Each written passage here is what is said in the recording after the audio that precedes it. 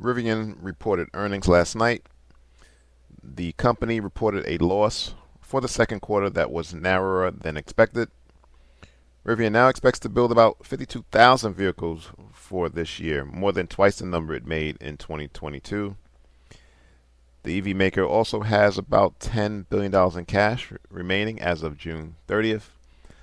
Nevertheless, the stock is selling off at the moment. When we go to the weekly chart, we can see price was range bound and now it's breaking out to the downside on earnings. Price stalled at the $27, more than likely to this level of support resistance. However, you can't deny Rivian's rise this year and how the stock broke out from previous resistance at the $15 level. Now, before we get into where would be a good level to go long, let's get into this article from Yahoo Finance. The $4.2 billion EBITDA loss projection Rivian now sees for 2023 is $1 billion less than the EBITDA loss it reported in 2022. Rivian has also reiterated it expects to achieve positive gross profits in 2024, which is great, which means that they're getting closer to that economy of scale that allows them to start making some profits. Rivian said in its shareholder letter that gross profit per vehicle improved by approximately $35,000 compared with the first quarter. Again, as they primarily make pickups command higher revenue, higher profits. We remain confident in our ability to continue to drive our cost per vehicle lower by ramping production and leveraging our fixed cost, as well as our commercial engineering design changes and operational cost reduction efforts, the company said in a statement. In July, Rivian reported second quarter deliveries that hit 12,640 units, topping estimates and also representing a large improvement over first quarter deliveries of almost 8,000, which also topped expectations. 2 quarters of strong production and delivery figures were a shot of good news for investors wary of Rivian's previous production setbacks. Rivian shares also got a boost when the company announced it would be joining Tesla's supercharging network in 2024 and incorporate Tesla's plug-in vehicles in 2025. Like many EV makers, Rivian also has been cutting prices on its trucks. Rivian, however, builds trucks that are priced above $80K for the EV tax credit for trucks. Fellow EV maker Lucid just yesterday slashed prices of its Air sedan in order to boost demand for its relatively pricey EV. So, we've seen in recent months softness in EV purchases, not only domestically but internationally in China as well. So it's kind of like follow the leader. Tesla was in the lead when they started cutting their prices first half of the year, and in order to compete, every other EV maker had to do the same. Before we continue with the chart analysis, let's get into this video where CNBC talks to the CEO regarding the recent quarters and what they expect moving forward.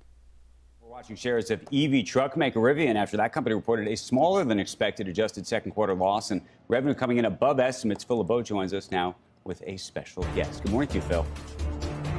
Good morning, Andrew. Let's bring in RJ Scaringe, founder and CEO of Rivian. RJ, you heard Andrew set this up with better than expected results in the second quarter. You raised your guidance for the third quarter and then your production for the full year. Do you feel like you finally have turned the corner when it comes to the supply chain and the production issues that you really have had to tackle over the last year? Yeah, Phil, great to spend time with you. Yeah, it's been a great first half of the year as we think about coming out of 2022 with, as you said, the supply chain challenges that we encountered. And, as we stand today, we have tremendous level of predictability in our ramp and across our supply base. which has allowed us to achieve significant quarter-over-quarter improvements in terms of production, but importantly allows us to run the plant in a much more efficient manner, and we're going to continue to see that as we go into the second half of this year. RJ, are you seeing pricing pressure? And I bring that up because Kelley Blue Book is out this morning, just a few minutes ago, with the latest stats in terms of EV prices. They continue to come down, now just over 53,000. You saw what Ford has done with the F-150 Lightning. What are you seeing with the R1T? Have you had to bring down your prices? No, with regards to pricing, we've been very methodical around how we've approached pricing the vehicles, and we're just now launching a dual motor variant of the R1T and the R1S, and that allows us to offer a lower price variant relative to what we launched with our quad motor. And this dual motor, incredible performance, really fun to drive, incredibly efficient, but does create an entry level, if you will, version. But this is still a vehicle that can achieve 0 to 60 in 3.5 seconds, over 400 miles of range in some configurations. So this is a great way for us to expand the number of price options that we have available for customers. The other thing I'd say is, which we pay really close attention to, is residual value. And there's, when you think about how do we look at demand and understand where demand is, looking at the value of our vehicles in the used marketplace is really helpful. And in the truck SUV segment, regardless of electric or gasoline or internal combustion, the Rivian vehicles are among the highest when it comes to residual value, and you can see that. There's a great demand for used Rivians, which is just reflective of the strong demand backdrop that we have. RJ, you guys had better production, or more production, I should say, of the R1S, the SUV, than the R1T, the pickup truck, and that's going to be ultimately what you build and sell more of going down the road here. Has there been a shift in demand? In other words, do you look at the R1T and the pickup truck and you say, yeah, there's a market there, but the greater demand is going to be with the R1S? We always anticipated that the R1S would be the larger volume variant of the two. But prior to the second quarter of 23, most of our production, or majority of our production, I should say, was on R1T. And so the second quarter, Q2, was the first time where production of R1S exceeded R1T. With about 70%, as you said, of overall R1 production being R1S. And we're going to continue to maintain roughly that. Roughly 2/3 of production will be R1S, and that roughly maps to demand. And that's what we expected. And it's worth noting, the R1S is a more profitable vehicle for us, so we're very happy to have that product mix. Why is that the more profitable vehicle? It's a slightly higher price point, and then in terms of build efficiency, and I talked about this in the earnings call yesterday. We've been able to achieve a build efficiency on the R1S that's essentially equivalent to the R1T. So it's from a segment point of view, price levels tend to be a little bit higher in the SUV segment relative to the truck segment. Hey, RJ, during the analyst call yesterday, you were asked about the exclusivity of your contract with Amazon, which obviously is a shareholder within Rivian, and you're in discussions with them to see if you can perhaps bring other customers into your product portfolio in terms of selling electric delivery vans. Yep. Where do things stand in regards to that contract with Amazon? I mean, as you said, Amazon's is a very large shareholder, our largest, in fact, and we have a great working relationship with them, and it extends across many parts of our business. But importantly, they're a large customer. And one of the things I've talked about before, when you think about the scale of Amazon's operations and the scale of running a logistics network like that, for them to convert to electric at the speed that they're doing, it's really outstanding. So we're working hand in hand with them for them to grow their, the amount of volume that we're putting of vans into their network. But importantly, we're also working closely with them to open up the exclusivity provisions that we have in our original contract that will allow us to sell vehicles to other logistics operators and users of large commercial vans. So we're excited about that, making good progress, and we hope to have something to say more specifically on that soon. Hey, one last thing, RJ. You guys are in the process of building your plant in Georgia. That's where you're going to build the R2 product line, the smaller vehicles, lower-priced vehicles. Do you have the capital, do you believe, in place to get you all the way through the beginning of production in 25 on the R2?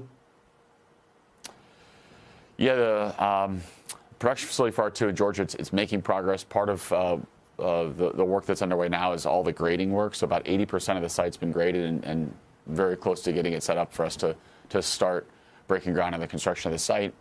We've also kicked off the long lead items for some of the equipment that goes in. So these are things like the paint shop, stamping operation.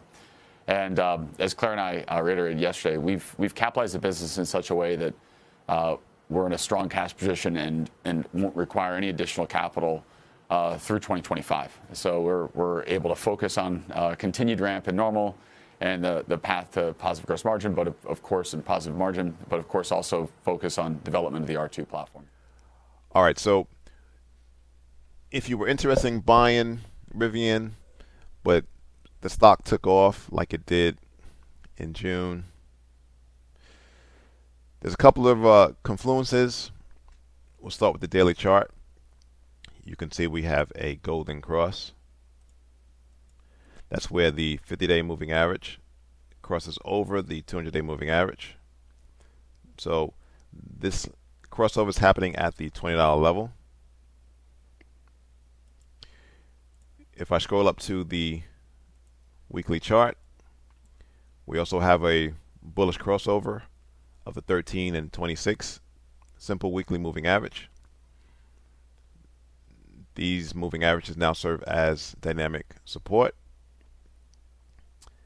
And you can see the 13 simple weekly moving average coming closer to that $20 level, which on the daily chart is the golden cross, where the 50 and the 200-day moving average meet.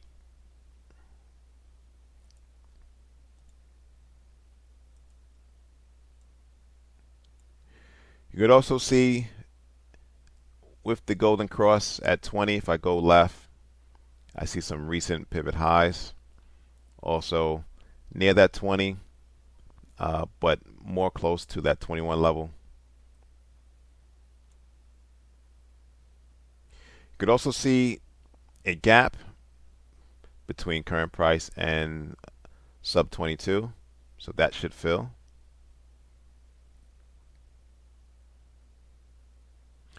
You could also see how we had a rallying price, a basing candle, then a rally out, breaching that previous pivot highs. With all that said, price can get to the $20 level.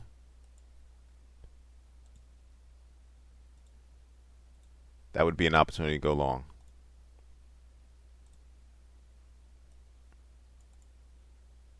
With the first target back at the resistance level at 27. Let's shoot for 26 as a short-term target.